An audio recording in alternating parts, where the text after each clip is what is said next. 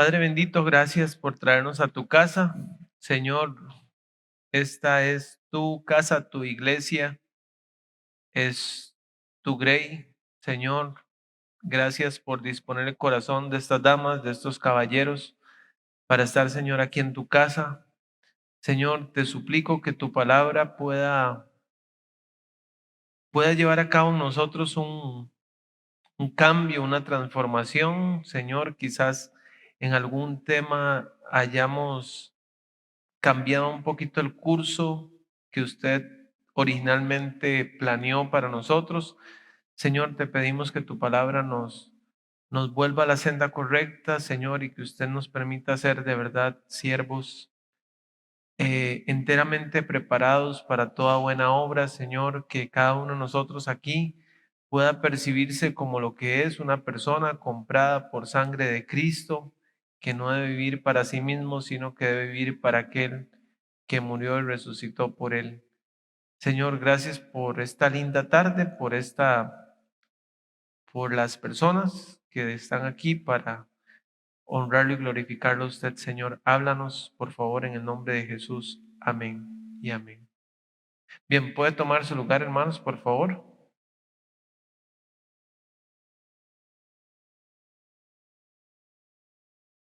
Gracias, don Isi.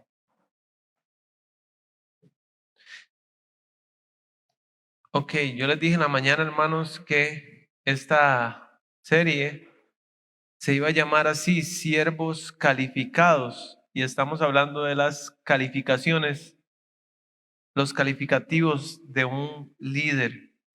Empecé en la mañana diciendo una cosa que, a ver, ojalá yo, digamos, por lo menos en particular cuando estuvimos hablando de Hebreos 11, hubo una frase que yo repetí casi cada lección y esa frase era que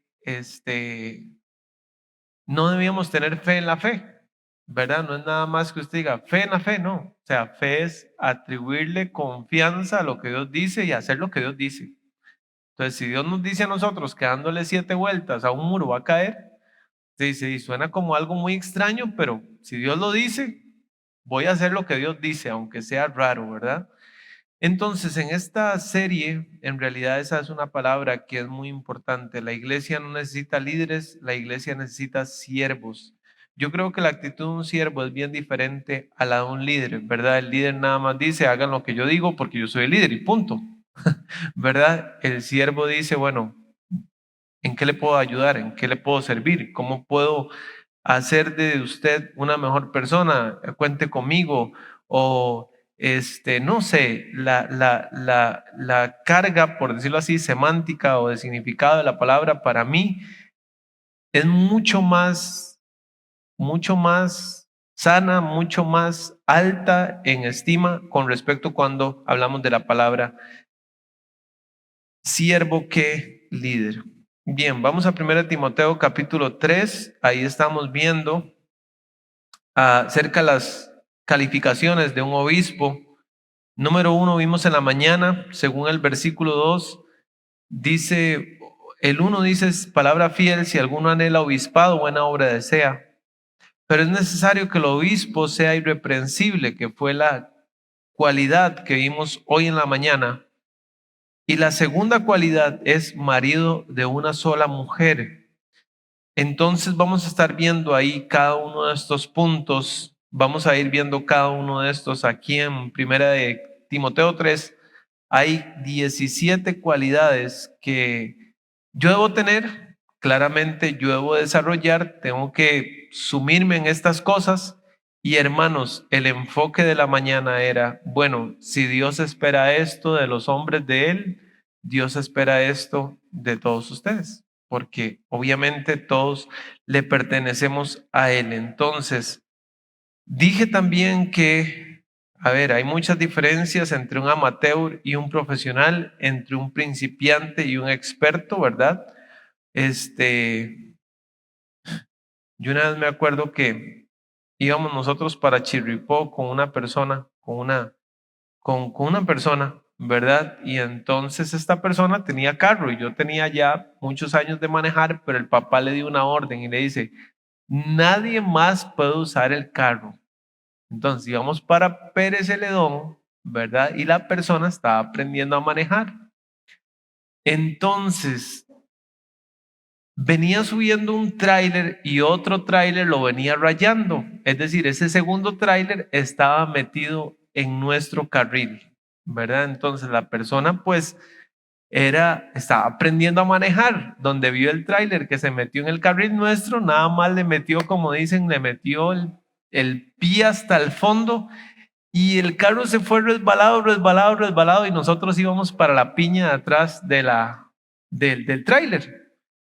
Y honestamente yo vi pasar mi vida frente a mí, yo dije, qué feo, vamos directo a la rueda. O sea, fue como en cámara lenta. Yo dije, sí, ya, morí, o sea, ya, hasta aquí llegamos, ¿verdad? Y en eso vimos el tráiler que rápidamente logró meterse y nosotros quedamos más bien metidos en el otro carril, ¿verdad? Y paramos el carro, nos abrillamos y yo en serio tenía como unas ganas como de gritar, digámoslo así. Estaba en serio un poco frustrado porque obviamente, digámoslo así, suena un poco feo lo que yo voy a decir, pero yo sabía qué hacer en esa circunstancia, pero la persona no me dio el carro porque estaba obedeciendo a su papá.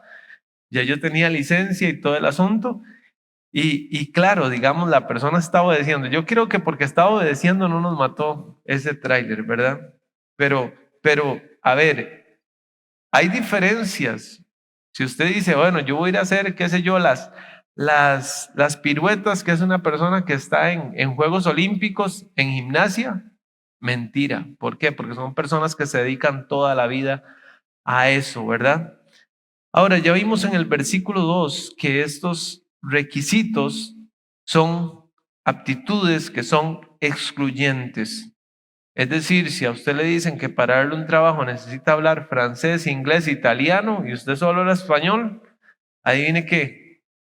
Le van a decir, gracias, usted cumple con muchas cosas, pero ocupamos que hable esto, ¿verdad? Entonces, dijimos en la mañana que Dios no deberíamos nosotros más bien elegir personas para servir, ¿verdad? Porque tengan o porque se ofrezcan o porque la persona es un líder innato, porque una persona puede ser líder innato y no cumplir estas cosas, ni una de ellas.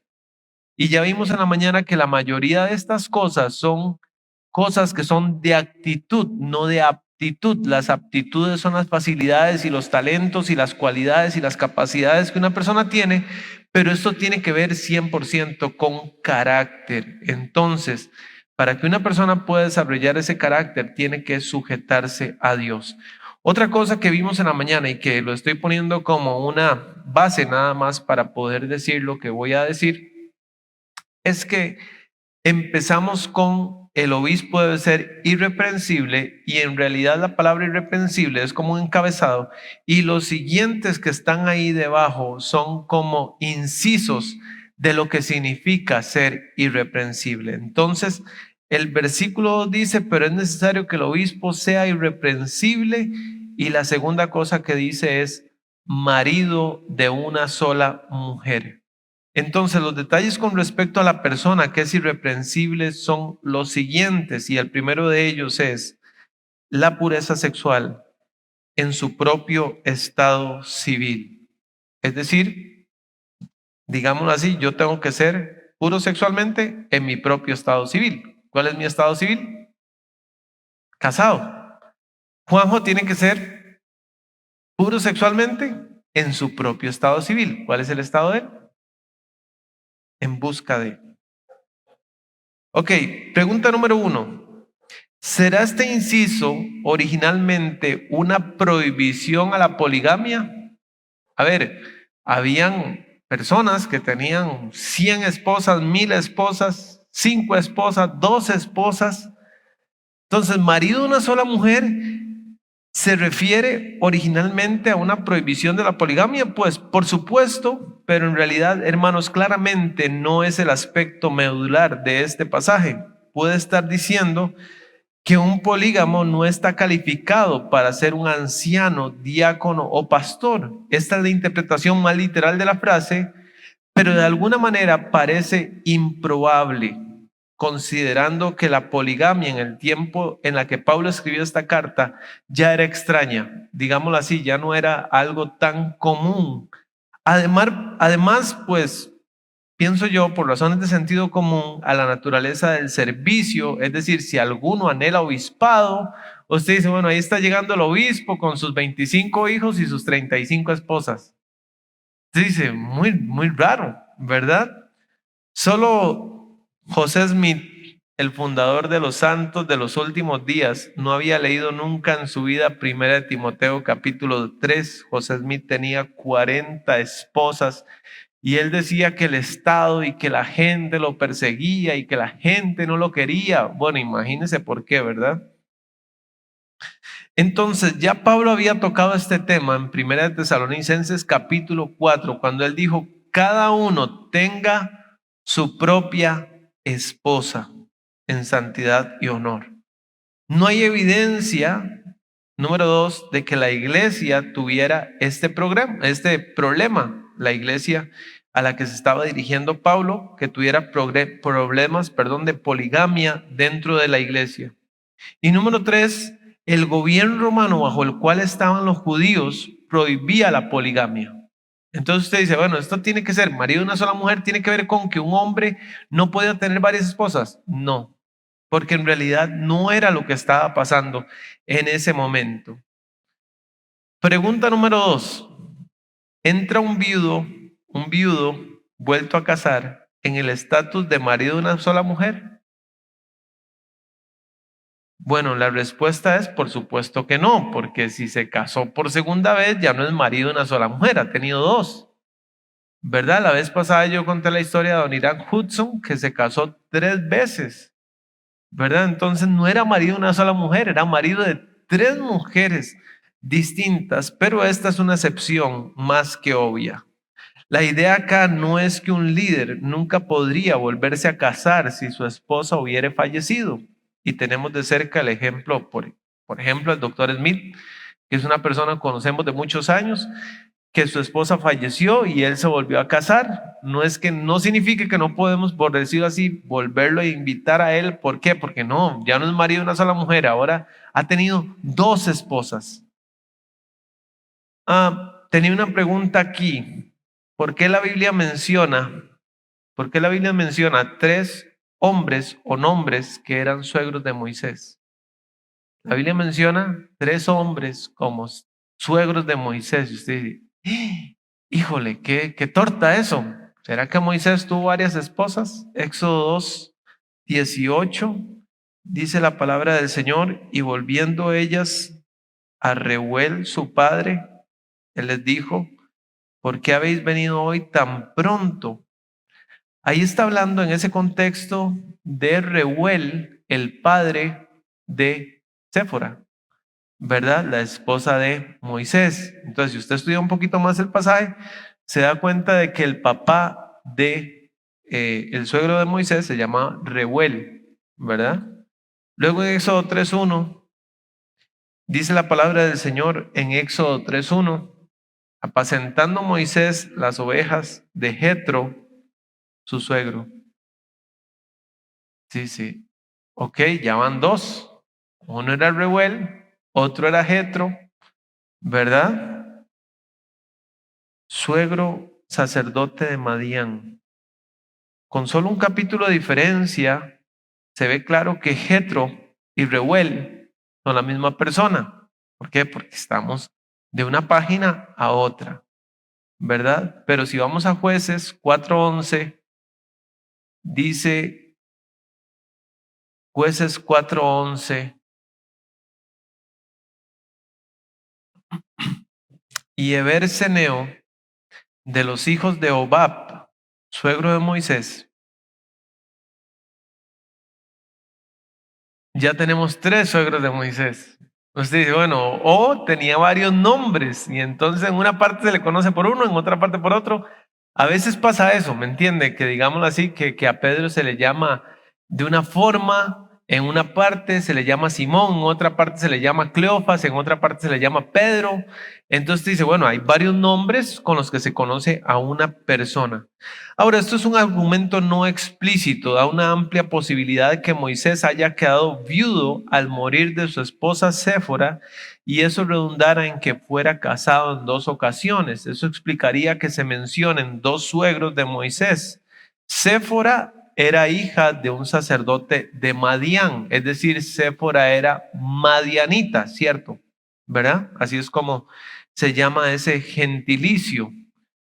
En Números 12:1 vemos una referencia digo no explícito porque la Biblia no dice que esa mujer fuera la segunda esposa de Moisés, pero se observa el resentimiento de Aarón, su hermano mayor, y de María por su nueva esposa, entre comillas, una mujer cusita, o cusita significa una mujer negrita, porque era una mujer de Cus, era una mujer etíope. Entonces, Séfora era madianita y esta otra mujer era cusita. Bueno, el punto es que aunque Moisés no era pastor, era un líder de líderes. Y la Biblia da a entender que si un día usted se queda viudo y usted decide casarse, no está mal. Simple y sencillamente, en realidad estoy haciendo mucho giro para algo que yo sé que todos lo tenemos muy claro, ¿cierto? Punto. Ahora, si es que su esposa lo advirtió, si usted se vuelve a casar, yo le jalo las patas. Ya es otra cosa, ¿verdad? Pero en realidad no sería pecado. Pregunta 3. ¿Indica esto que un soltero no puede ser ministro? O sea, marido de una sola mujer.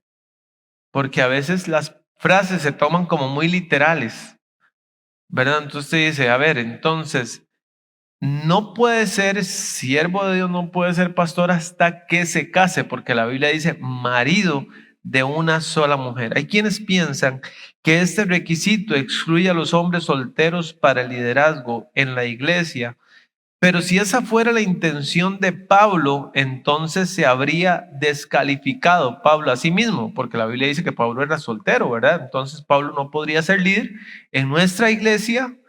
Imagínese que Pablo resucitara, qué sé yo, y volviera y llegara aquí.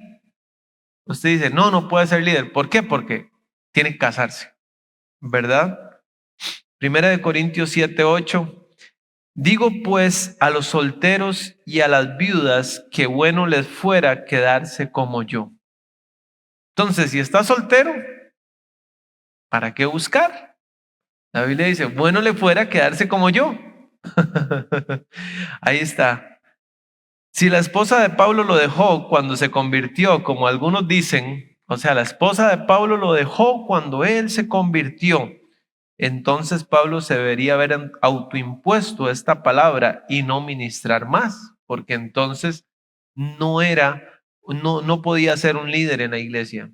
No se refiere al matrimonio como un requisito para el obispado, y si así lo fuera, un hombre tendría que estar casado y también debería de tener hijos, porque la segunda parte del versículo 12 dice, los diáconos, 3:12, los diáconos sean maridos de una sola mujer y que gobiernen bien sus hijos y sus casas.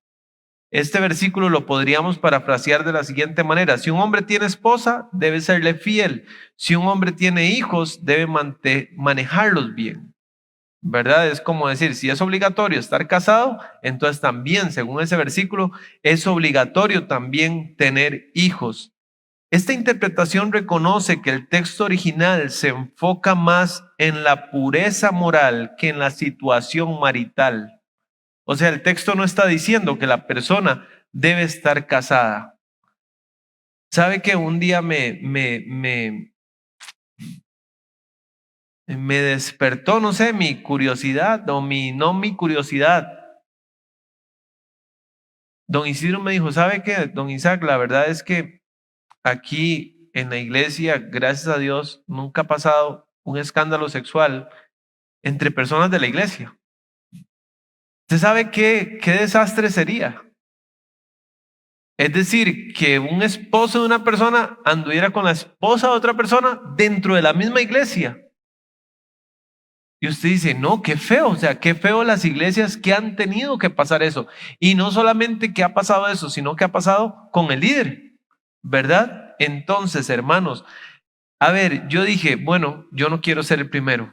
Dios mío, yo no quiero ser el primero, no quiero ser el primero. Y lo que le quiero decir es eso, que usted piense igual, ¿verdad? Ahora, no es que afuera sí es permitido, no, Dios está hablando aquí de la pureza sexual. Es decir, usted quiere ser un cristiano élite, un cristiano calificado, un cristiano que quiere ir más allá, que quiere estar más alto, que quiere estar, digámoslo así, aunque no me gusta mucho la frase, a otro nivel. Tiene que ser irreprensible. Y la primera forma de ser irreprensible es que usted es una persona con motivos puros, no perfecto. Porque un día un señor estaba bien molesto que la esposa había dicho, uy, usted vio a ese muchacho, ¿cómo está? Así bien cuadrado. Ya, pastor, ¿cómo va a decir la señora eso? Y yo dije, si no, no debe decir eso. Pero digámoslo así, o sea, que una mujer vea a un hombre apuesto o que un hombre vea a una mujer bonita, a ver, yo siento que eso está mal. Pero de eso a pecado hay una gran diferencia. Ahora, claramente, por algo se empieza, ¿verdad? Pero estamos hablando de que el líder o las personas no son perfectas. Aunque quisiéramos que las personas todas fueran perfectas, no son perfectas. Que enviemos a un ministro casado es mejor que enviemos uno soltero. Para mí no está en discusión. O sea, siempre hemos tenido mejores experiencias con personas que van casadas que personas que van solteras. Generalmente se ha hecho que va a abrirse una obra, se envía una persona soltera y puede ser contraproducente. ¿Me entiende? Que ya la persona vaya con su esposa en su matrimonio. Pero la pregunta original, creo que la respuesta honestamente es no. Es decir, el texto no indica que un soltero no pueda ser obispo, que no pueda ser diácono, que no pueda ser líder. No es que el líder tenga que estar casado, si así lo fuera, repito, Jesús y Pablo no podrían ser líderes espirituales en nuestra iglesia. Estoy añadiendo la persona de Jesús porque nunca se casó, ¿verdad? Pero en este mismo grupo hay quien sí lo, digamos, hay personas, por lo menos dentro de nuestro compañerismo, que sí lo hicieron bien. O sea, se le mandó a abrir una obra en tal lado, fue soltero y lo hizo bien. Levantó esa obra para la gloria de Dios, pero también, hermanos, estoy viendo o he visto que hay muchos que no les ha ido bien. El nivel espiritual de un cristiano no está directamente relacionado con su estado civil. No es más espiritual por ser soltero, ni más espiritual por ser casado. ¿Estamos de acuerdo con eso, verdad? No es más espiritual. Por eso, todo esto se refiere al estado civil del ministro o del diácono, no se refiere, perdón, sino a su pureza moral y sexual.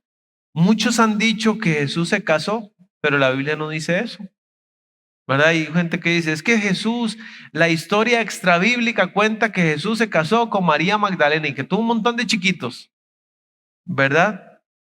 Pero la Biblia no dice eso. Muchos han dicho que Pablo se casó, pero otra vez, la Biblia no dice eso. Debemos callar donde la Biblia calla. Lo que la Biblia sí dice es que Pablo tenía el don del celibato o el don de continencia. Eso hace referencia a una persona que no desea ni necesita casarse. Pablo no dijo, desearía que todos estén como yo estoy, es decir, estar viudo o estar divorciado, sino que todos sean como yo soy. Primera de Corintios, vaya ahí por favor. Primera de Corintios, capítulo 7.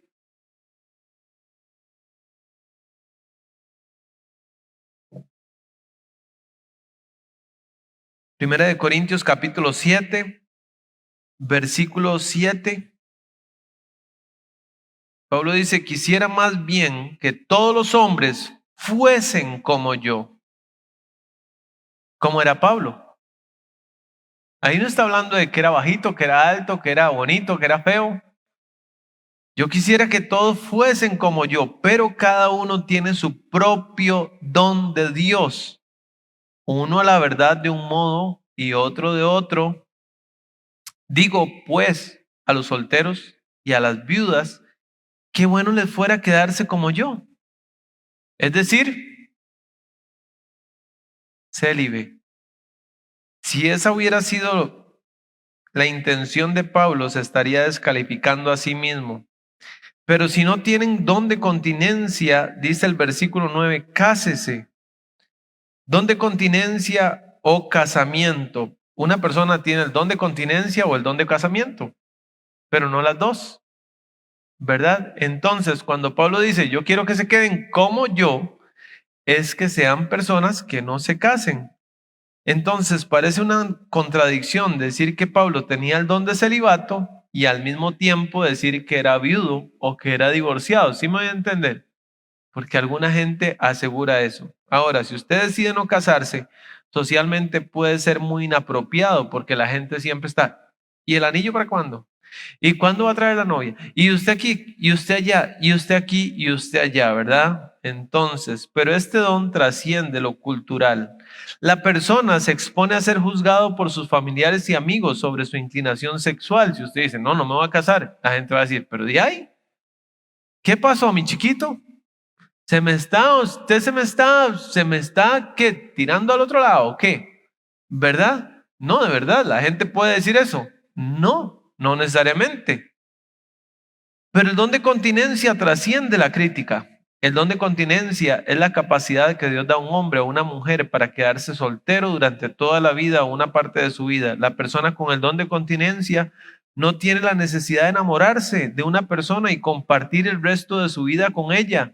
Esta persona no tiene como prioridad casarse y formar una familia. Cuando usted va al libro de Apocalipsis, capítulo 14, los 144,000 predicadores judíos de la época ya final apocalíptica, ¿verdad? Apocalipsis 14:4 dice, estos son los que no se contaminaron con mujeres, pues son, ¿qué son? Vírgenes. Estos son los que siguen al Cordero por donde quiera que va. Estos fueron redimidos de entre los hombres como primicias para Dios y para el Cordero. Si así fuera, Jesús no debería escoger estos 144,000 solteros. La Biblia dice que el que se casa hace bien, pero el que no se casa hace mejor. Entonces, hermanos, ocupo que ore para que Juanjo y Aarón me crean esto. Ahí está, la palabra está escrita, Primera de Corintios 7:38. 7:38 de Primera de Corintios, de manera que el que la da en casamiento hace bien y el que no la da en casamiento hace mejor. Ok, yo tengo 3 hijas, voy a tomármelo esto muy a pecho. Si las doy en casamiento, bien. Si Nashville se casa, bien. Si no se casa, mejor. ¿Verdad? Ahí está. Ahí está la mamá apoyando esa moción. Entonces, un anciano o un diácono puede estar casado o soltero siempre y cuando cumpla con los requisitos de piedad descritos en 1 Timoteo 3 y Tito 1. Otra pregunta más, hermanos, ¿puede un divorciado ser pastor? Bueno, lo voy a contestar con una pregunta o varias preguntas. Si un hombre que afirma ser creyente, debido a su flexibilidad moral, se hace culpable de adulterio, permanece impenitente del pecado de adulterio y eso lo lleva otra vez a adulterar. Entonces ya no es una vez adulterio, ya son 2 veces adulterio. Y la transigencia moral o la permisividad, la fragilidad moral lo mantiene en esa indecisión y a causa de eso pierde su matrimonio. Al final no estamos hablando del mismo vicio, estamos hablando de pureza sexual. ¿Sí? ¿Cómo podría un hombre así ser anciano, diácono o pastor? Entonces yo creo que la respuesta es bien clarita, ¿verdad? Estamos hablando de fidelidad integral. Llegamos al punto medular. Note que la primera cosa que el apóstol coloca como reprensible es la infidelidad. O sea, Dios dice, tiene que ser irreprensible.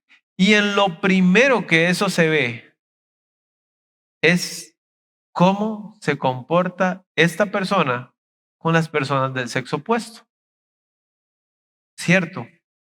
Éxodo 20:14 dice, no cometerás adulterio.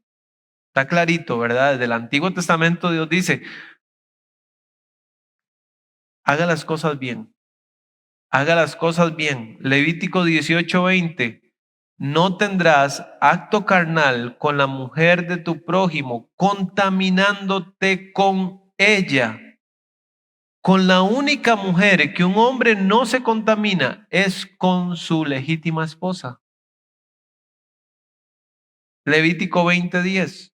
Si un hombre cometiera adulterio con la mujer de su prójimo, el adúltero y la adúltera indefectiblemente serán muertos. Ahora, claramente estamos en otro, ¿cómo decir? En otro pacto distinto, ¿verdad? Si una persona peca, no lo vamos a matar, pero claramente entendemos a la luz de estos versículos que la infidelidad es profundamente desagradable a Dios.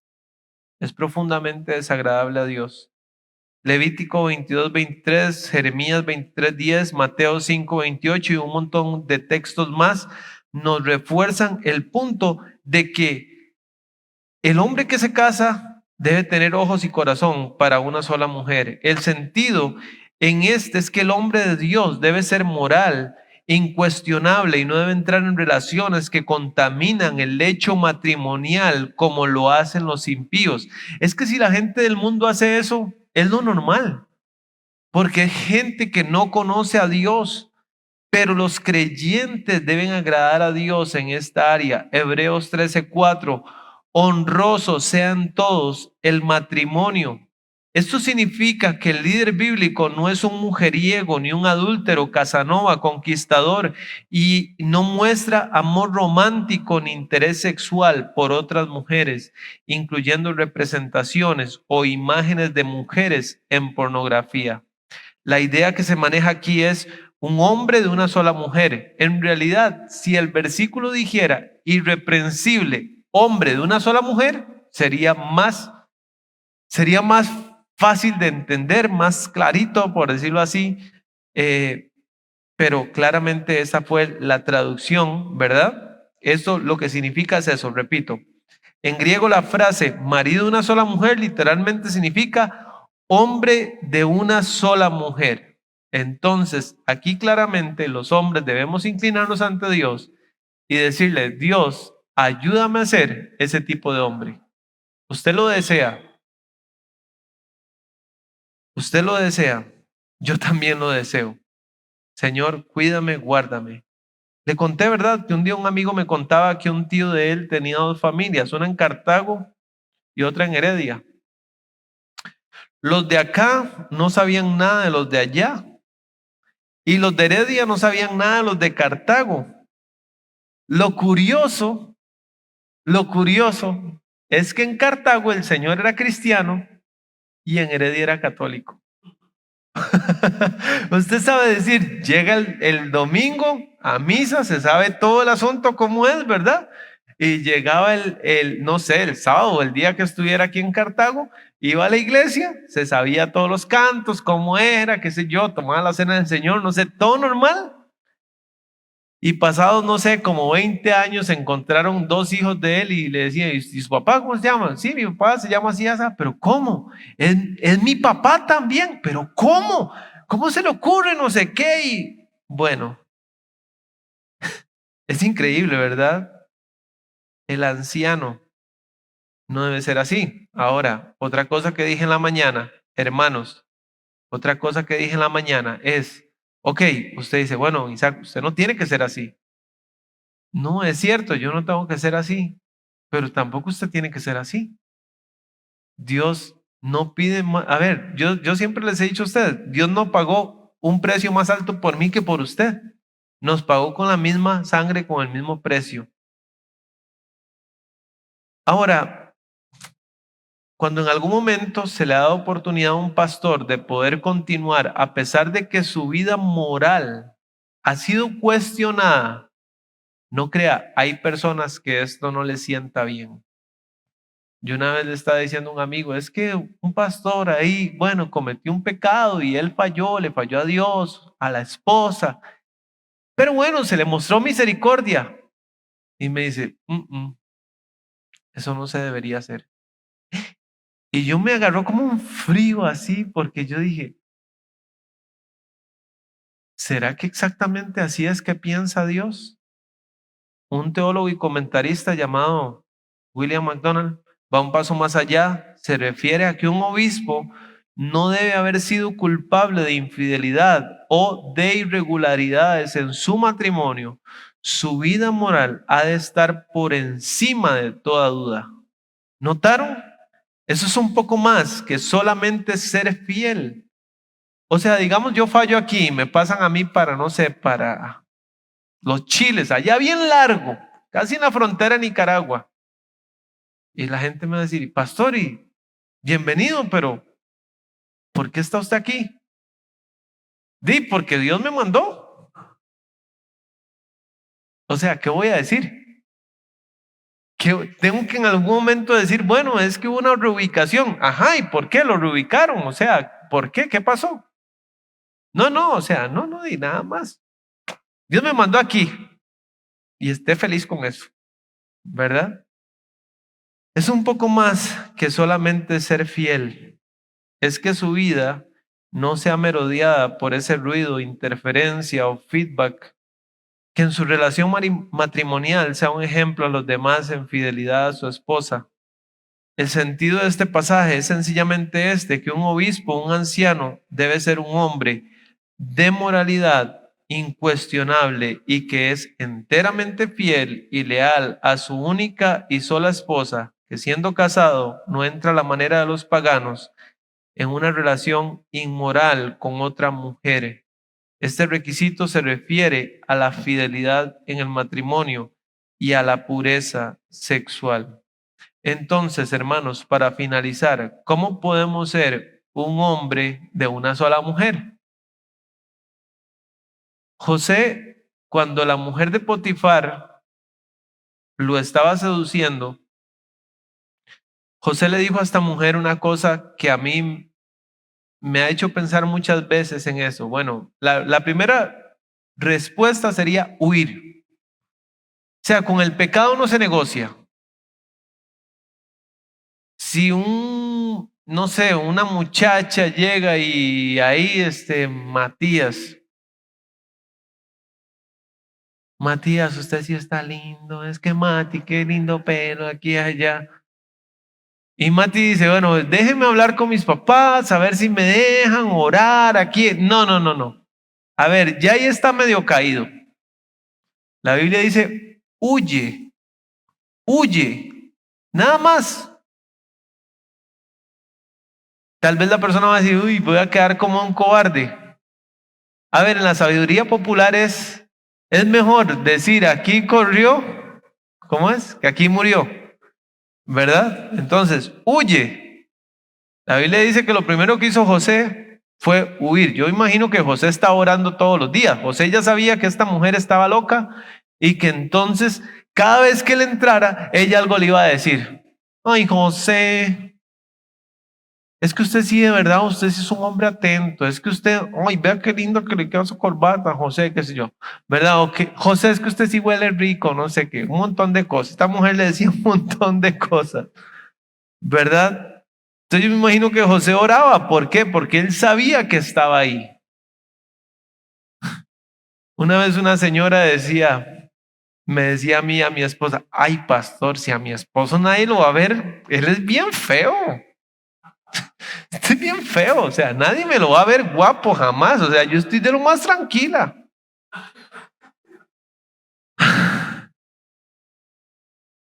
Y yo decía, Dios mío, es que, o sea, ¿cómo una persona va a decir eso? La persona trabaja en un lugar donde hay, no sé, mínimo, yo creo que mínimo en el lugar que esa persona trabaja hay, no sé, mil mujeres. 1000 mujeres. Aquí hay fábricas grandes en Cartago y hay muchas personas y no faltará. Y no, yo no soy nada, digamos, del otro lado, pero yo decía, no, ¿cómo va a decir que es feo? Es un señor bien parecido. ¿Me entiende? Pero hay que tener de verdad mucho cuidado. Génesis 39:9. Vamos ahí, por favor. Yo sé que usted este versículo lo ha escuchado miles de veces, pero es bueno recordarlo. ¿Cómo yo puedo ser un hombre de una sola mujer? ¿Cómo usted puede ser una mujer de un solo hombre? ¿Cómo usted puede ser un hombre de una sola mujer también? Génesis 39, 9. No hay otro mayor que yo en esta casa y ninguna cosa me ha reservado sino a ti, por cuanto tú eres su mujer. ¿Cómo pues haría yo este grande mal y pecaría contra Dios? O sea, José no estaba pensando en la mujer de Potifar, José no estaba pensando en Potifar, José no estaba pensando en sí mismo, él lo único que pensaba era en Dios. ¿Cómo haría yo este grande mal y pecaría contra Dios? O sea, la forma en que yo puedo resistir la tentación es estando siempre consciente que Dios está presente. José pudo haber dicho, no hombre, yo aquí estoy en Egipto, estoy bien lejos, no está mi papá, no está mi mamá, no están mis hermanillos, no hay nadie, aquí yo estoy solo, yo puedo hacer lo que yo quiera porque nadie se va a dar cuenta. Pero José pensaba en Dios. Entonces el temor de Dios lo llevó a él a decir no, no y no. Punto. Hermanos, usted va a tener tentaciones. Puede ser que su esposa piense que usted es bien feo. Amén. Pero hermanos, usted las va a tener y las damas las van a tener, por supuesto que sí. Entonces tiene que orarle a Dios, tiene que recordar lo que dice Primera de Corintios 10:13. Vamos a Primera de Corintios, capítulo 10, versículo 13. No os ha sobrevenido ninguna tentación que no sea humana. O sea, no es que usted es tentado de una manera distinta, es tentado como todos los demás seres humanos. Y si hay gente que está siendo tentada y dice que no, y yo digo que sí, ¿qué excusa tengo para decir que caí? Si otro que está siendo tentado también dijo que no. No hay una excusa. ¿Por qué? Porque somos iguales, somos humanos. No es como que una persona diga, ay, es que no sé, George Clooney siempre fue mi amor platónico. Y apareció George Clooney aquí en Cartago. Y pasando por el mercado, George Clooney se le quedó viendo a usted y dice, no, ya es que, no, es que George Clooney, tengo que, ¿me entiende? Si Dios sabe que algo de verdad para usted no va a ser posible decir que no, entonces Dios no lo va a permitir. Porque Dios sabe que usted sí puede resistir y Él sabe que usted no puede resistir. Entonces, si yo caigo, estoy cayendo en algo que Dios sabía que yo sí podía resistir. ¿Sí me voy a entender? Está raro, pero dice, no os dejará ser tentados más de lo que podéis resistir, sino que dará también juntamente con la tentación la salida para que podáis soportar. Por tanto, amados míos, huid de la idolatría. Entonces usted puede sobreponerse a la tentación sabiendo de que todas las personas en todo el mundo están siendo tentadas de la misma forma. Y que si usted cae es porque usted fue más permisivo de la cuenta. Por último, Job capítulo 31. Job capítulo 31.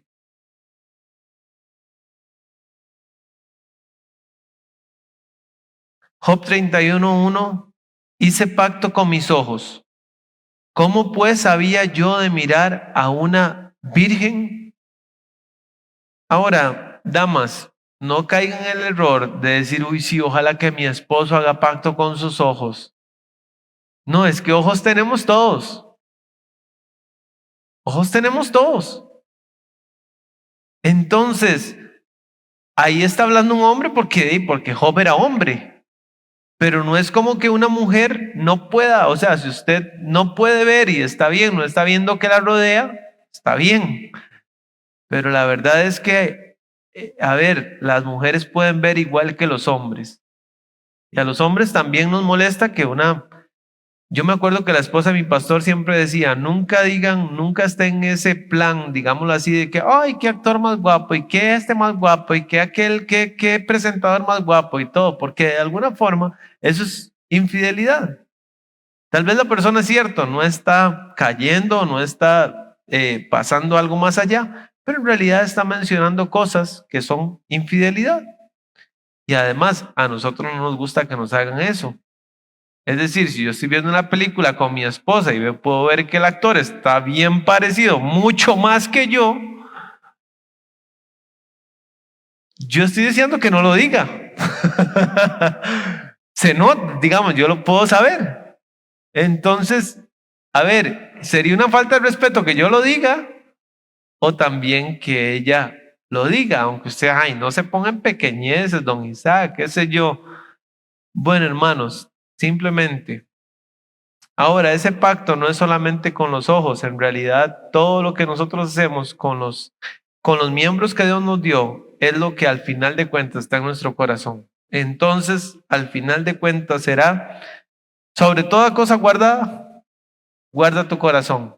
Si usted guarda su corazón, si usted sella su corazón, si usted ora de verdad y usted, no sé, le pide a Dios de verdad poder caminar de la mano con Él, entonces usted va a glorificar a Dios. Hermanos, a ver, está de más decir que lo que más saca pastores de la obra del Señor es este punto, ¿verdad? A mí siempre me dijeron las 4 Fs del pastor. Y las 4 Fs del pastor son las 4 Fs del todo cristiano. ¿Cuáles son? Faldas, fortuna, fama y flojera. Esas también lo van a atacar a usted. Entonces, a ver, ciñámonos los lomos de nuestro entendimiento y hagámosle frente. Vamos a orar, ¿está bien? Póngase de pie. Tal vez usted dice, bueno, qué dicha, ya terminó el mensaje. Ya, uff. Hermanos, hay una frase también del mundo que dice, en guerra avisada. O sea, qué bonito como que todos escucháramos esto y de verdad lo tomáramos muy en serio y muy a pecho y que esto no va a pasar más en nuestras iglesias y que nunca más le va a pasar a ningún pastor. Pero hermanos, seamos francos, esto no va a pasar. Satanás anda como un león rugiente buscando a quien devorar. Y si usted se pone, se lo va a ir, se lo va a comer. Entonces, aquí todos nos vemos bien bonitos, camisita, corbata, perfumito. Este no, no mentira. No, sí me eché perfume. Pero hermanos, lo más importante es qué estamos haciendo aquí adentro, cómo estamos cuidando nuestra vida. Usted tiene que orar por su familia, tiene que orar por sus hijos. ¿Esto tiene nada más que ver con líderes? No, no. Tiene que ver con sus hijos también, la pureza sexual tiene que ver con sus hijos, tiene que ver con todos nosotros. Usted tiene que orar por los demás, de verdad, pedirle al Señor que Él nos guarde. ¿Está bien? Vamos a orar y ore con todo su corazón. Ore con todo su corazón, porque ese es un tema realmente importante. Repito, bajo el inciso, bajo el encabezado irreprensible, lo primero es, sea puro sexualmente, en otras palabras, ¿verdad? Padre bendito, Señor, gracias te damos por la palabra que tú nos has dado. Señor, sabemos que el diablo no está jugando. Además, tenemos como un agravante que nuestra naturaleza caída no la perdimos al recibir a Cristo. Nos fue dada una nueva naturaleza capaz de vencer al pecado. Sabemos que usted nos ha prometido que no vamos a ser tentados más de lo que podamos resistir, pero de verdad, a veces nuestra rebeldía contra usted es demasiado grande. Señor, yo te pido por mis hermanos, te pido por las damas. Señor, te pido por ellos para que tú los guardes del peligro, para que tú los guardes del pecado. Te pido por mis compañeros, los pastores, por las esposas de los pastores. Señor, te pido por los seminaristas. Te pido por los jóvenes, hasta por los niños, Señor, que estamos en una generación que está hipersexualizada, que hay una revolución sexual donde esto está en absolutamente todo, donde ningún producto se vende si no es con alusiones sexuales, todo es sexual. Señor, y si no salimos manchados en un mundo hipersexualizado, es solamente porque la sangre de Jesucristo nos cubre, porque pone en las mentes de nuestros hijos, niños o jóvenes, el pensamiento que tuvo José. ¿Cómo pues pecaría yo contra Dios? ¿Cómo yo haría este grande mal contra Dios? ¿Cómo yo le voy a fallar a Dios? No es que yo le falle a Sara. No es que mis hermanos le fallen a sus esposas o que las esposas le fallen a sus esposos. Es que no consideremos en lo más mínimo la posibilidad de fallarle a usted porque somos hijos suyos. Usted nos ama. Usted, Señor, pagó un alto precio para que vivamos la vida que a usted le complace, le agrada. Señor, cuídanos, cuida nuestra iglesia. Cuídanos, guárdanos, apártanos. Señor, si hay algún pastor, si hay algún joven, si hay alguna señorita, no sé, que se está inclinando hacia esto, Señor, de alguna manera sobrenatural, protege su mente, su corazón y que su intención sea agradarlo a usted y esperar su tiempo. Si usted quiere darle un esposo al muchacho, si usted quiere darle una esposa, pero Señor, que podamos honrarlo a usted en este asunto tan esencial porque está arriba, está de primero en la lista. Señor, guárdanos este año como iglesia y no este año, guárdanos siempre. Te lo pedimos, Señor, y te damos gracias en el nombre de Cristo Jesús. Amén y amén.